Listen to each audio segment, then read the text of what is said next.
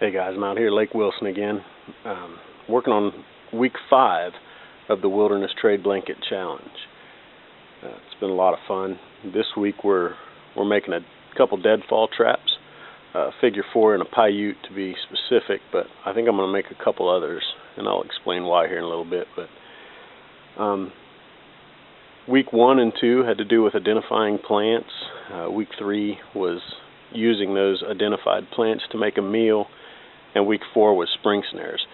So with deadfalls, I've kind of come out here along a rock face where I'm hoping to find some sign of some small rodents, and we'll see what I can find out here.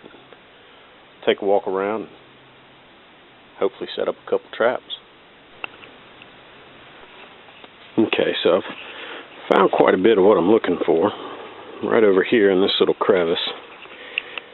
I don't know how well I'm going to be able to get it on camera, but if you look down in there, there's quite a bit of mouse droppings back in there, and there's a lot of these little cracks in the wall right along this face for all kinds of animals, not just the mice that I'm looking for, but out over here we even have some of the larger, almost dens that might be used by other animals. And anywhere you're going to have animals like that, there's a high probability that you're going to have the small rodents. The other nice part about this particular spot is there's plenty of resources. I've got all the flat rocks I need and sticks for making the trap. So what I'm going to do is I'm going to use my Leatherman, because it's always in my pocket. Here's another little den.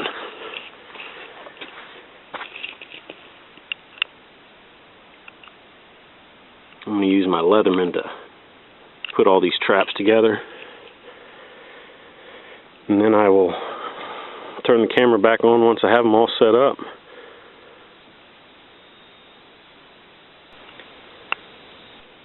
Well, I found where I'm going to go ahead and set my traps up. I'm still along that rock face with all that sign, but right above me there's quite a bit more cover, which would be above those rock faces. There's some brush up there that I'm going to set up underneath, just so that I'm not setting those traps out in the open. I'm not going to bait them. I did bring this stuff to bait them, but since I'm not going to leave them set up and everything, I just wanted to show what I would use. I carry a lot of times this Jiffy peanut butter packet. It's quick for me to eat if I need it, and it also works really well for these types of traps. I've switched away from that for the most part though, and I've gone to this powdered peanut butter. It seems to have a longer shelf life. All I have to do is add water. If I'm using it for traps, it doesn't even have to be potable water. And I don't have to worry about it going bad in my bag. A lot of times I'll leave my haversack out in my truck for days, and I don't want something in there that's going to go rancid or spoil on me, and then me try to eat it, get sick. So I'm going to set up a third trap. It's just a really simple trap that I like a lot. I just wanted to demonstrate it because while the Paiute and the figure 4 are both good traps, they're just time consuming, and it's tough to get enough of them set up quickly. So the third trap that I'll show is just a really simple 2-stick trap that you can set up in a hurry, and you can set up lots of them. But let me get started carving everything, and I'll get them set up, and we'll turn the camera back on and I'll trigger them. Okay, so I've come up just above those cliff faces where I saw the sign that I was looking for, and I've set the traps up in just a little bit more cover than I had down there. So this is the figure 4. We're going to go ahead and set them all off. But the figure 4 trap, the bait stick runs right here, and it's baited out at the tip. There's a notch carved here and a notch in the back, and usually a notch up top. I've started finding a Y piece instead of carving a notch. That way that top bracket can just run through that Y. And then I usually try to find where another branch was coming off back here to put that notch. It just makes it easier and a little more durable. This isn't my favorite trap, and the reason for that is because there's so many notches to carve. It takes a little while. Depending on how well your notches are carved, can really dictate whether or not it's a light trigger or a heavy trigger. but it is a good trap, just not one that I prefer. So we'll go ahead and trigger this one off. And again, it's baited right out here at the tip, right there. And then just by the animal messing with whatever bait you put on the end of it, it'll trigger it for you. Right over here is the Paiute. And again, these two aren't necessarily my favorite traps. And again, it's nothing against these traps, they're just a little time consuming to make. Trapping is a numbers game, so the more traps you can get out, the more likely you are to get something underneath of it.